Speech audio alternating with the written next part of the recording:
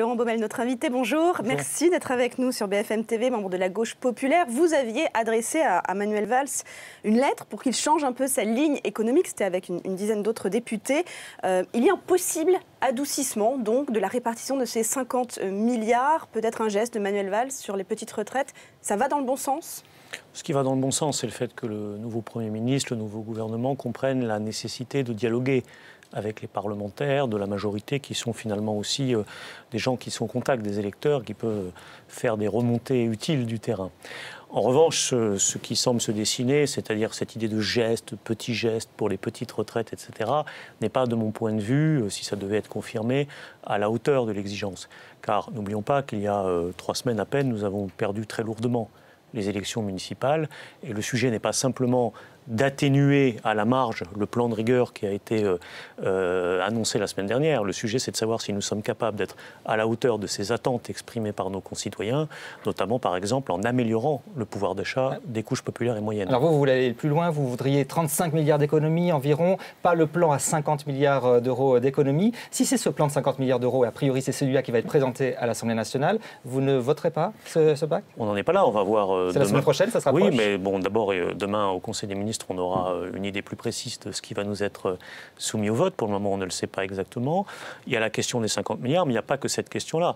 Nous, par exemple, nous avons proposé que 10 milliards d'euros parmi les 30 ou 40 milliards qui sont prévus aujourd'hui pour baisser les charges des entreprises. Sans d'ailleurs qu'on ait à cette étape beaucoup de garanties sur le fait que cela se traduira par des créations d'emplois et pas par exemple par des distributions accrues de dividendes. Bon, nous avons proposé que 10 milliards sur ces 30 ou 40 milliards soient reversés à un plan de soutien au pouvoir d'achat des ménages.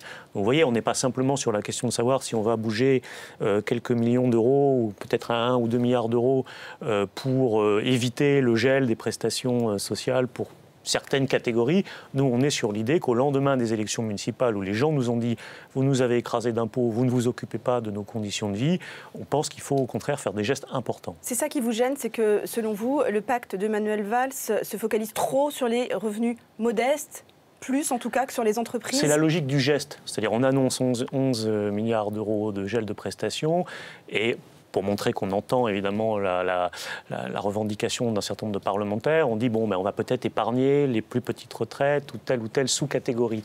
Mais ce n'est pas ça le problème. Le problème n'est pas de savoir qui on épargne dans l'effort. Le problème est de savoir si on est capable aujourd'hui de mettre de l'argent pour aider les ménages les plus modestes, les couches populaires et moyennes, à consommer, à améliorer leurs conditions de vie matérielles, ce qui, au passage, est une question de justice, mais aussi une question de relance économique et donc, à l'arrivée, de lutte contre les déficits. Alors, on voit que chacun y va de ses idées pour faire des économies. Est-ce que c'est vrai que l'ambiance se dégrade au sein du Parti socialiste ? On parle beaucoup de députés frondeurs.